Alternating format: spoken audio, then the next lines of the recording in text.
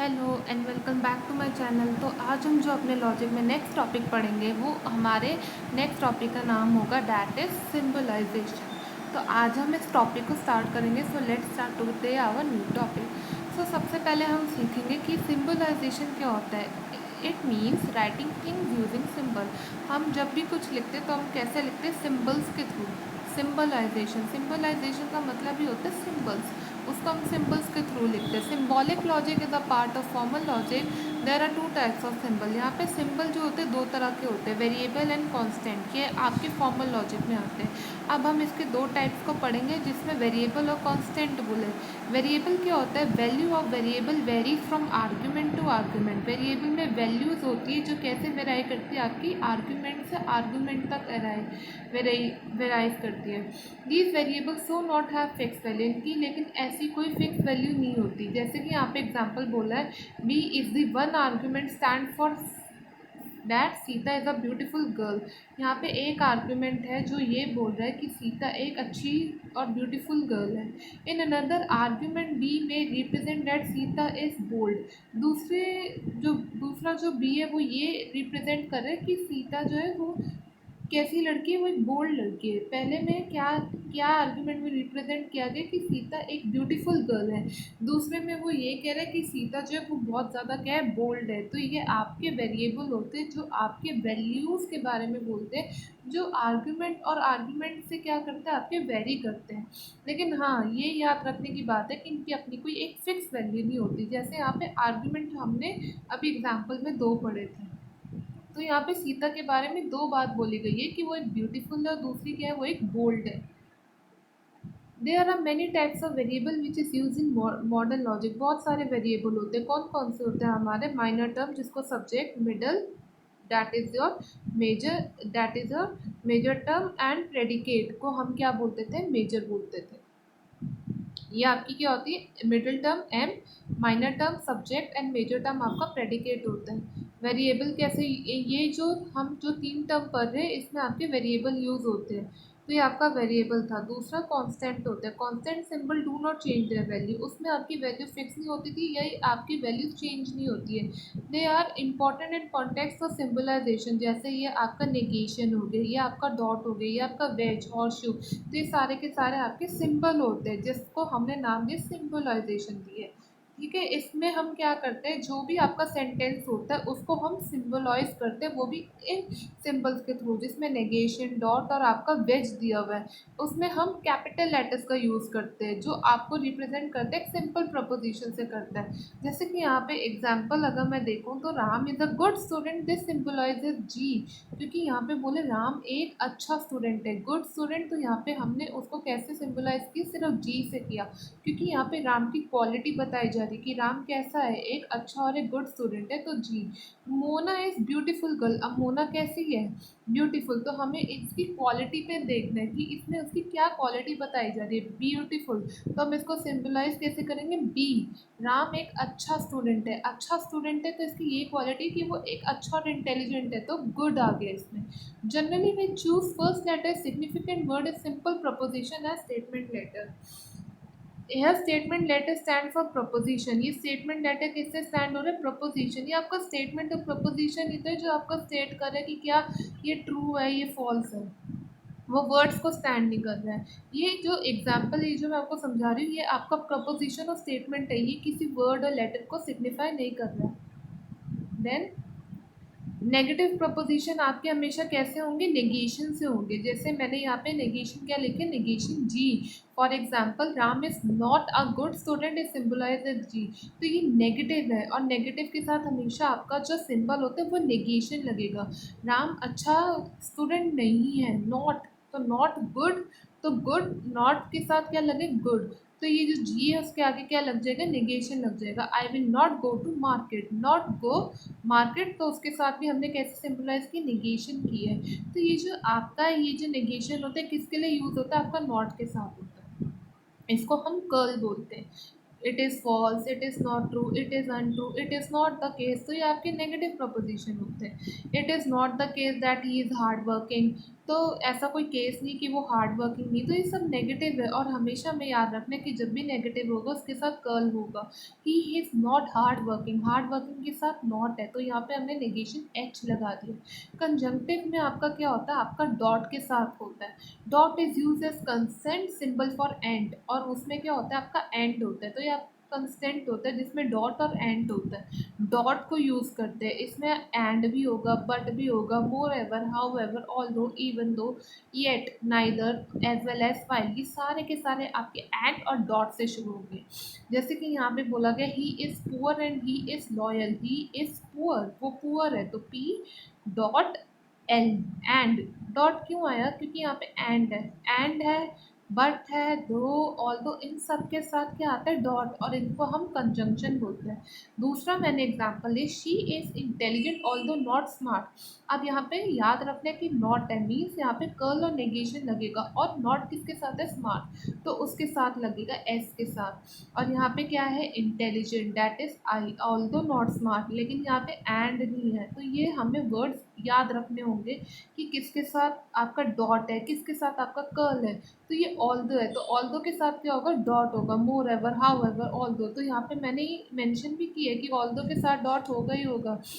Sometimes and proposition does not join whole proposition into compound proposition. Sometime कभी कभार क्या होगा, एंड जो प्रपोजिशन लिखा होगा वो होल प्रपोजिशन को नहीं ज्वाइन कर पाएगा। वो कभी कभार हम देखेंगे, जो एंड है ना, जैसे यहाँ पे लिखा गया he is poor and he is royal, वो कभी कभार हमें देखने को मिलेगा जो सेंटेंस है वो किसको ज्वाइन कर रहा है, आपके नाउन के साथ कर रहा है। जैसे कि मैंने यहाँ एक एग्जाम्पल लिए, both Ram and Shyam are good students, तो यहाँ पे राम भी है और उसके साथ एंड के साथ क्या आ रहा है, श्याम आ रहा है, तो Ram means R dot and that S, Shyam, तो आर डॉट एस आगे, they are the good students.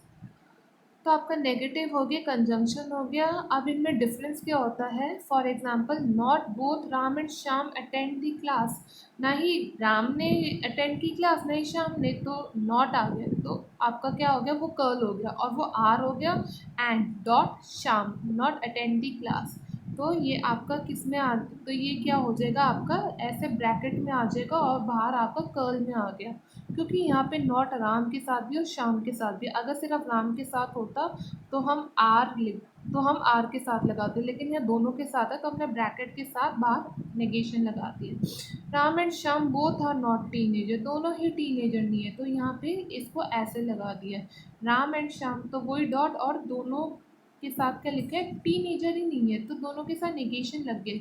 डिसजंक्टिव में आपका क्या होता है, आपका ये कैसे ज्वाइन होता है, आइदर से होता है, तो इसको हम डिसजंक्टिव प्रपोजिशन बोलते हैं, जिसमें ये किसका यूज़ हुआ है, वेज साइन के साथ यूज़ हो रहा है, आइदर और, ईदर और, तो ये आपका क्या होता है कि डिसजंक्टिव होता है। जैसे कि for example either I will go to market और I will go to picnic, either और आएगा तो इसमें आपके साथ वेज लग जाएगा, तो MVP। Either A is not honest और B is not telling the truth, तो इसमें क्या है, either A is not honest, अब नॉट और ऑनेस्ट है, नॉट के साथ ऑनेस्ट है, तो एच और नेगेशन, और यहाँ पे आइदर और की बात हो रही है तो वी, और यहाँ पे और क्या बोला है, and not telling the truth, not telling the truth, तो ट्रूथ के साथ क्या आ जाएगा, वो भी क्या आ जाएगा आपका नेगेशन आ जाएगा, तो negation H, wedge, negation T, तो ये इन चीज़ों का ध्यान रखना है।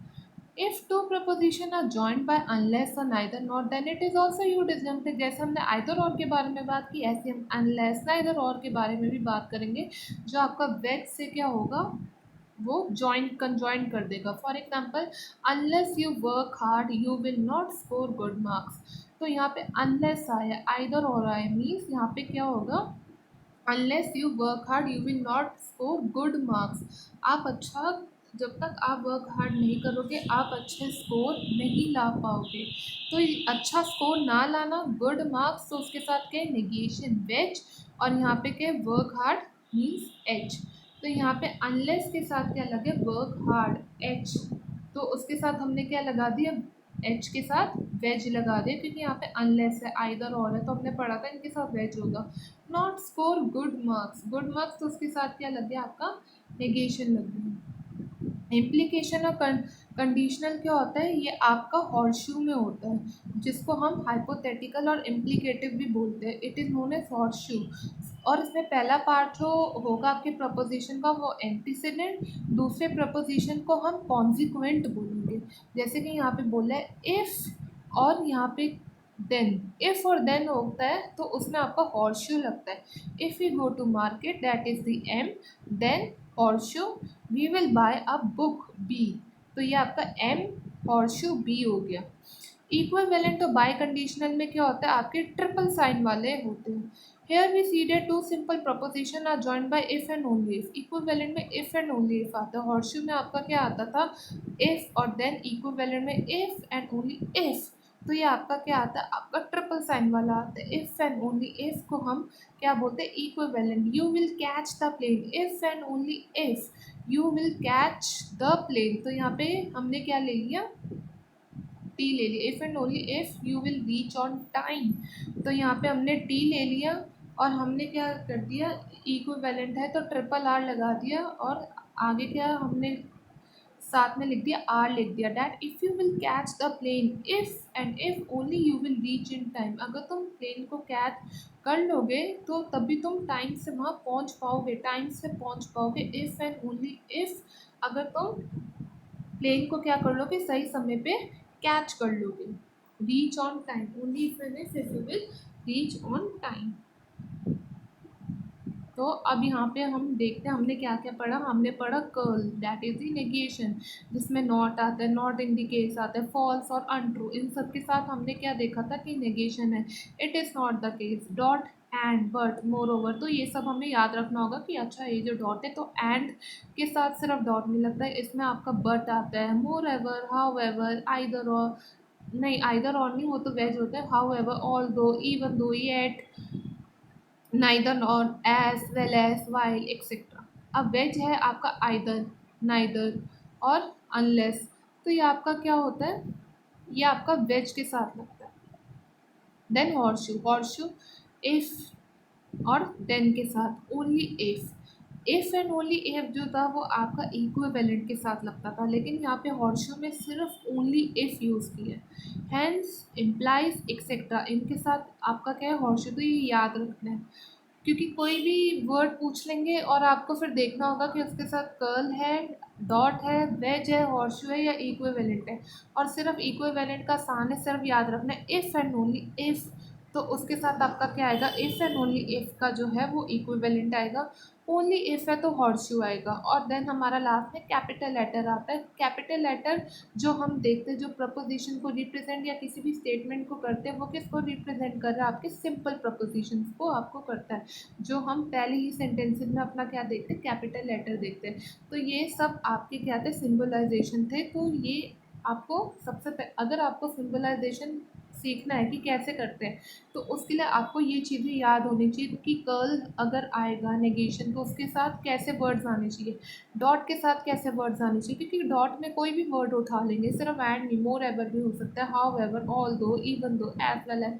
वेज में भी याद रखना है, आइदर और, नाइदर नॉर, अनलेस।